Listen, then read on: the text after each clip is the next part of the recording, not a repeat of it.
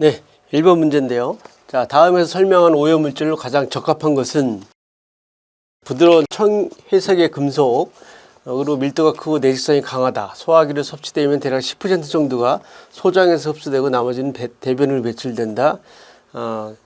세포 내에서 SH기와 결합해 햄 합성에 관여하는 효소 등 여러 효소장을 방해한다. 인체에 축적되면 적혈구 형성을 방해하며 심하면 복통, 빈혈, 구토를 일으키고 뇌세포에 손상을 준다라고 얘기를 하는데요. 자, 이게 가장 대표적으로 납에 대한 설명을 하고 있는 겁니다. 그래서 기억을 해주시고요. 답은 3번이 되겠습니다.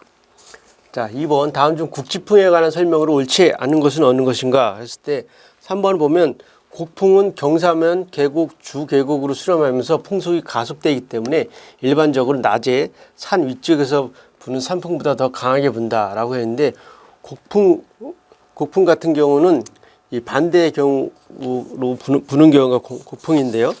즉 곡풍에 비해서 산풍이 더 강하고 매서운 바람인데 이는 산 위에서 내려오면서 중력의 가속을 받기 때문입니다. 그래서 이제 계곡에서 위로 올라가는 바람을 곡풍, 그다음에 산에서 아래로 내려오는 것을 산풍이라고 이를 합해서 산곡풍이라고 얘기를 하고 있는 것입니다. 자, 답은 3번이 되겠습니다. 자, 다음에서 설명하는 대기 분산 모델로 가장 적합한 것은 가우시안 모델을 적용한다. 적용 배출원의 형태는 점선면이다. 미국에서 최근에 널리 이용되는 범용적인 모델을 장기 농도 계산이다. 우리가 ISC인데 장기, 그래서 롱텀인 겁니다. 그래서 ISG LT 모델이 해당이 되겠습니다. 3번의 답은 2번입니다. 네 번째, 다음 중 굴뚝에서 배출되는 연기의 형태 중 환상형에 관한 설명으로 옳은 것은 어느 것인가 했을 때 1번 대기가 과단할 상태 맞고요. 일대 나타나므로 맑은 날 오후에 발생되기 쉽다라고 얘기해서 환상형은 연기가 되게 불규칙적으로 발생이 되는 겁니다. 그래서 4번의 답은 1번이 되겠습니다.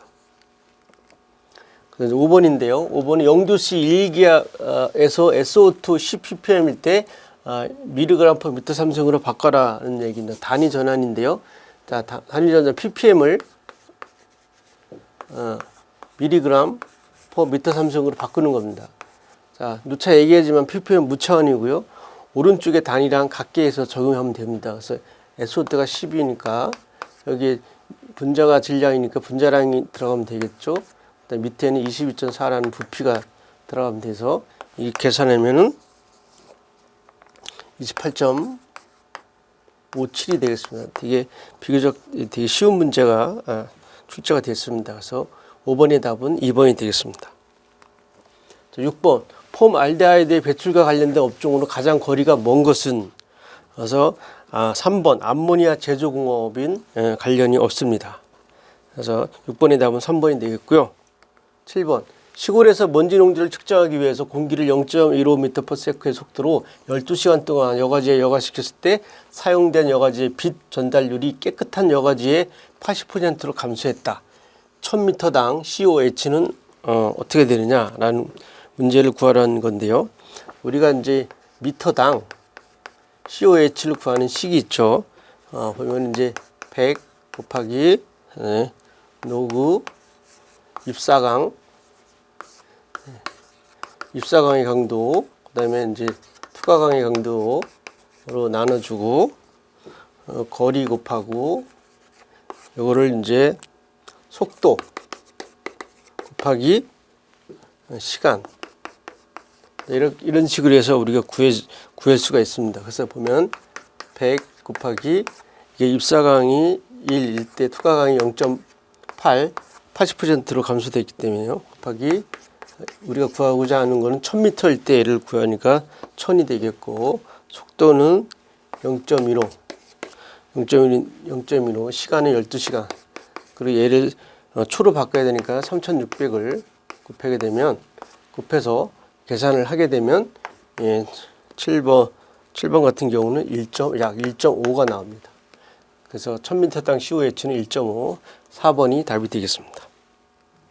8번 다음에 설명하는 오염물질로 가장 적합한 것은 매우 낮은 농도에서 피해를 일으킬 수 있으며 주된 증상으로 상편생장, 전두운동에 저해 황화현상, 증기의 신장저해, 성장, 감퇴 등이 있다. 0.1ppm 정도의 전홍도에서도 스위트피와 토마토의 상편 생장을 일으킨다라고 하는 건데요. 이것은 대표적으로 에틸렌에 대한 것을 설명을 하고 있는 겁니다. 자, 그래서 답은 2번이고요. 9번 비인의 변이법칙에 관한 식입니다. 그래서 비인의 변이법칙에 관련된 식이 뭐냐라고 물어본 건데 답은 1번입니다. 파장, 남다는 2897 나누기 절대온도입니다. 그래서 파장은 절대온도에 반비례한다는 것이 비인의 변이법칙이 되겠습니다. 그래서 9번의 답은 1번이고요. 자, 10번 2차 대기오염 물질에 해당하는 것은 그래서 H2O2 과산화수소가 2차 오염 물질이고요. 나머지 물질은 1차 오염 물질이 되겠습니다. 그래서 10번의 답은 2번이 되겠습니다.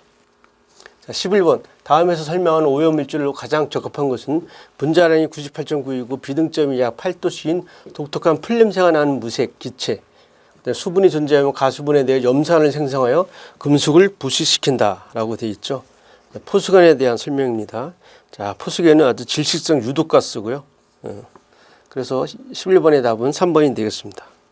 자, 12번 불안정한 조건에서 굴뚝의 안찌름이 5m, 가스 온도가 173도씨, 가스 속도가 10m/s, 기온이 17도씨, 풍속이 36km/h일 때 연기의 상승 높이를 구하는 식입니다. 그래서 연기의 상승 높이에 대한 식이 좀 주어졌습니다. 그래서 연기 상승 높이는 150 곱하기 부력을 풍속의 세제곱으로 나눈 그런 값이 되겠고요. 그래서 먼저 이 부력을 구해야 되겠죠. 그래서 부력을 구하는 식은 중력과 속도 곱하기 속도 곱하기 그다음에 직경의 제곱, 그다음에 배출가스 온도, 그다음에 대기 온도, 얘를 다시 4 그다음에 대기 온도로 나눠주면 우리가 구할 수가 있습니다. 그래서 이걸 이렇게 숫자를 대입해서 구하면 부력이 329.5가 나오고요. 그래서 얘를 이용해서 연기 상승구를 구하면 150 곱하기 329.5 나누기 풍속이 10이니까 10의 3승. 그래서 식을 구하면 약 49m 정도, 49m가 되겠습니다. 연기 상승구는 약 49m로서 12번의 답은 3번이 되겠습니다. 자, 13번인데요. 다음 중 오존 파괴지수가 가장 큰 것은 자, CCF4 같은 경우는 이제 1.1, 그다음 CFC 계열이 0.6에서 1.0, 메틸 클로로포름이 0.15입니다. 그래서 가장 큰 게 여기에서는 가장 큰 게 CCL4, 즉 1번이 답이 되겠습니다. 14번 픽스의 확산 방정식을 실제 대기에 적용시키기 위해 필요한 가정 조건으로 가장 거리가 먼 것은 일 때 4번 보면 하류로의 확산은 바람이 부는 방향이 확산보다 강하다라고 되어 있는데 그렇지 않고요. 풍속은 X, Y, Z 좌표 내에 어느 점에서든 일정합니다. 그래서 답은 4번이 되겠습니다. 자, 15번 다음 중 일산화탄소에 관한 설명으로 옳지 않은 것은 자, 2번 같은 경우 물의 잔로가 강우의 영향을 받으며 다른 물질에 강하게 흡착하는 특징을 갖는다라고 했을 때 일산화탄소는 무색이고 무미, 무치, 그리고 비흡착, 비반응, 난용성입니다. 물에 녹지 않는다는 거죠. 그래서 답은 15번의 답은 2번이 되겠습니다. 자, 16번인데요. 지표면에 오존 농도가 증가하는 원인으로 가장 거리가 먼 것은 당연히 이제 16번의 답은 1번이 되겠죠. 일산화탄소하고 오존 농도와는 관련이 없습니다. 오존은 여기 나오는 것은 낙스랑 VOC, 태양열에 의해서 만들어지는 2차 오염 물질입니다. 자, 17번은 역사적인 대기오염 사건에 관한 설명으로 가장 적합하지 않은 것은 이렇게 되어 있는데요. 4번 보면 보팔 사건은 공장 조업 사고로 황화수소가 아니라 MIC죠. MIC가 대량 노출되어서 발생된 사건입니다. 그래서 17번의 답은 4번이 되겠습니다. 18번 다음 중 세루 현상, 즉 다운워시가 발생하지 않는 조건은 다운워시는 굴뚝에서 발생된다 그랬죠. 굴뚝 주변에서. 그리고 풍속의 2배 이상이라는 것이 이제 키포인트가 되겠습니다. 그래서 오염물질의 토출 속도가 굴뚝 높이에서 풍속의 2배 이상일 때는 발생되지 않습니다. 그래서 18번의 답은 2번이 되겠습니다.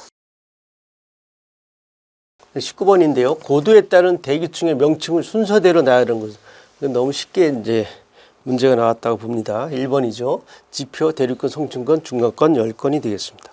19번의 답은 1번이고요. 자, 20번.